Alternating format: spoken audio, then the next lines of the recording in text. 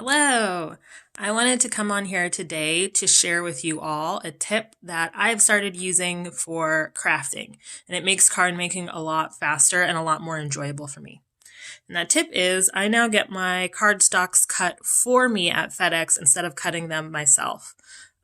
It's pretty inexpensive and it's just a lot faster and a lot easier. And when I'm making cards, it's just easier to have my bases pre-cut than having to pull out my paper trimmer, pull out my cardstock, and cut it down to size.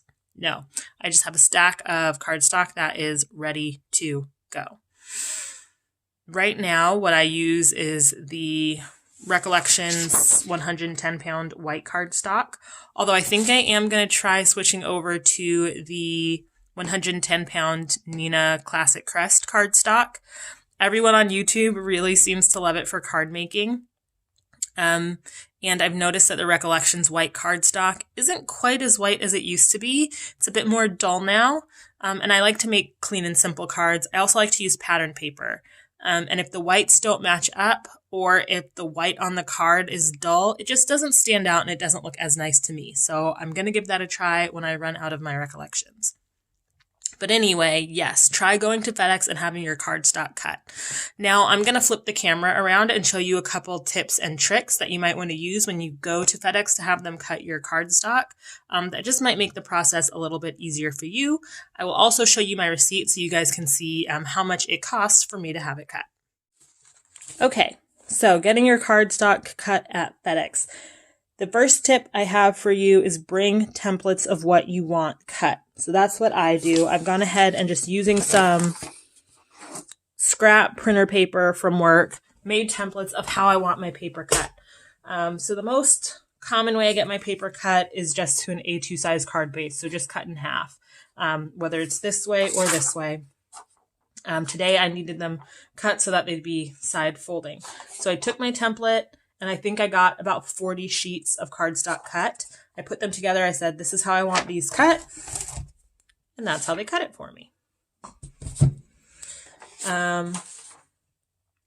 Tip number 2 is that on your templates, if you are going to have multiple cuts made, label what you want the first cut to be and what you want the second cut or the third cut, whatever it is, label them. Now, it might not really be important if you're not doing anything fancy with the pieces, but I like to maximize the size. So, for example, I don't normally make 5x7 cards, but I wanted to give it a try. So I took 10 pieces of cardstock along with this template, and I explained to the worker at the counter that I wanted the first cut to be the 7-inch cut right here, and I labeled it first cut, and that I wanted the second cut to be the 10-inch cut right here, and I labeled it second cut. Now I wanted those cuts made in that way because it's a lot easier for me to use a 1.5 by 11 piece of scrap than it is for me to use a tiny little 1-inch scrap. So I took this to him, and that's exactly how he cut it for me. I have my big piece and then my 2 scrap pieces. And then lastly, I really like to make mini cards, little 3x3 square cards. And so I made a template, and I asked to have the first cut made at 6 inches. That's this cut here. And then I needed another cut at 3 inches, 3 inches, and 3 inches. And I went ahead and labeled them. And like I said, it just makes it a lot easier, and it's just direct. It's letting them know exactly what I want and how I want it to be cut, so I don't have to worry about it being cut wrong. Especially because if it's cut wrong, they can't go back and cut it right, most likely. So I want to make sure I'm getting what I want. When I take my paper in, I have found I just have the lid to a shoebox, and my 8.5 by 11 papers fit in it perfectly, which makes it really easy when I take it in. I don't have to worry about the corners getting bent on the drive there or anything like that. And it's also nice because once everything's cut down, all the pieces still fit very conveniently back into the shoebox, which is really nice. Another pro to having your cardstock cut professionally at FedEx is that the cuts are accurate and they are very even and smooth. They just look very professional. So if I'm cutting cardstock with my paper trimmer, if the blade is dull, you can usually tell on the bits of paper. The edges won't be quite as smooth. They'll be a little like, I don't know, like they just look a little dusty. You can see little bits of paper. I don't like the way that looks, and I'll usually take a nail file and kind of trim those bits off, but it's a lot nicer and it's a lot faster if I don't have to. So I wanted to give you an example of what I'm talking about. This is a piece of 110-pound cardstock that was cut with a dull blade. And as you can see, there are little bits of paper at the edge where it didn't cut smoothly. It doesn't look great. By comparison, this is the edge of a piece of 110-pound cardstock that was cut at FedEx, or you could get a similar result if you use a sharp blade at home. So there's a comparison between the two. You can see the one cut by FedEx looks a lot nicer than the one cut with a dull blade.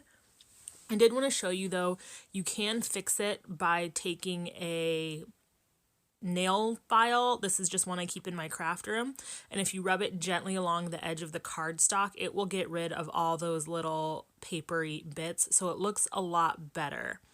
So that's what it looks like after you fix it with your nail file. And by comparison, that's what it looked like before. So it still looks a lot better, although I'm bringing in a third piece now, and you can see it doesn't look quite as good as the one that was cut at FedEx.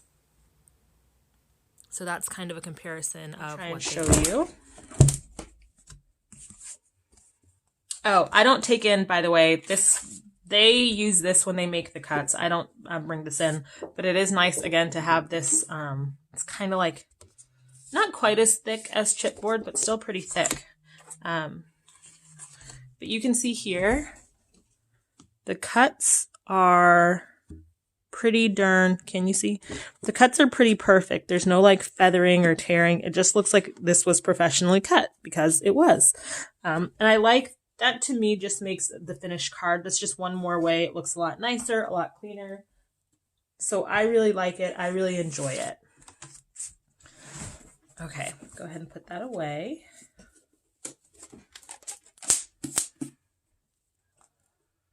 Oh, and the other thing is, I don't know if you've ever cut a card base and you think you're cutting it straight, and then you realize it's been cut off and it's a little bit of crooked.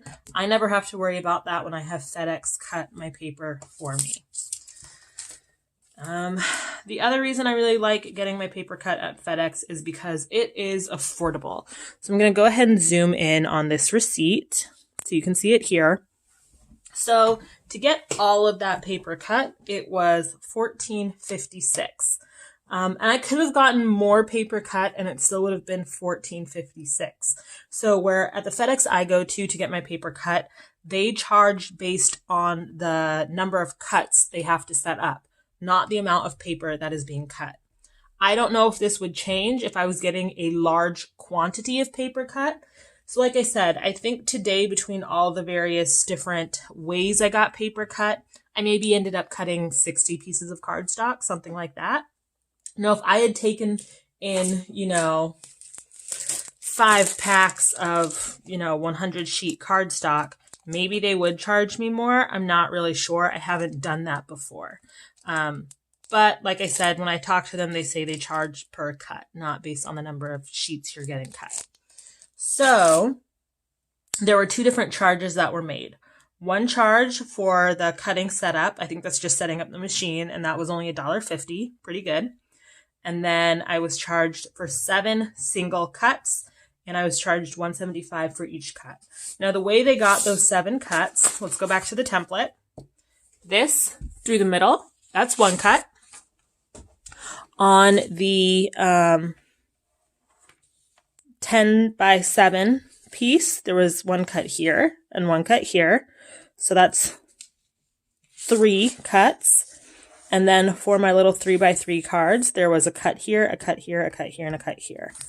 So that's 4, 5, 6, 7. Yeah. So 1 cut, 2 cut, 3 cut, 4 cut, 5 cut, 6 cut, and 7 cut. Okay, so to get all of this cardstock cut, it was only $14.50. I think that's pretty great. One last thing I will say, when you go to FedEx to get your paper cut, keep the scraps. Ask them to please save and give you your scraps, okay? And the reason you want to save these is because they are great just to have on hand in your craft room. So one thing I really like to do with these scraps is use them for die cutting or for testing the colors of markers or something like that. I have a whole little bin that I keep all of my little scraps in. And then when I need to make die cuts, so for example, I'm working on a project where I needed these little thank you die cuts. I just went straight into my scraps and used those to cut my dies. So it's really nice. You've already paid for this paper. You might as well get as much use of it as you can. So keep your scraps. Okay guys, so those are all the tips I have for you for getting your cardstock cut professionally. If you have any tips about ways that you speed up your crafting process or that just make the paper crafting process more enjoyable for you, please tell me about them in the comments down below. If you've ever gone to FedEx and had them cut large quantities of paper for you, let us know. Do they charge more if you're cutting a big quantity, or is it still just by the cut? Thank you guys so much for watching this video. I hope you found it useful, and I will see you next time. Bye.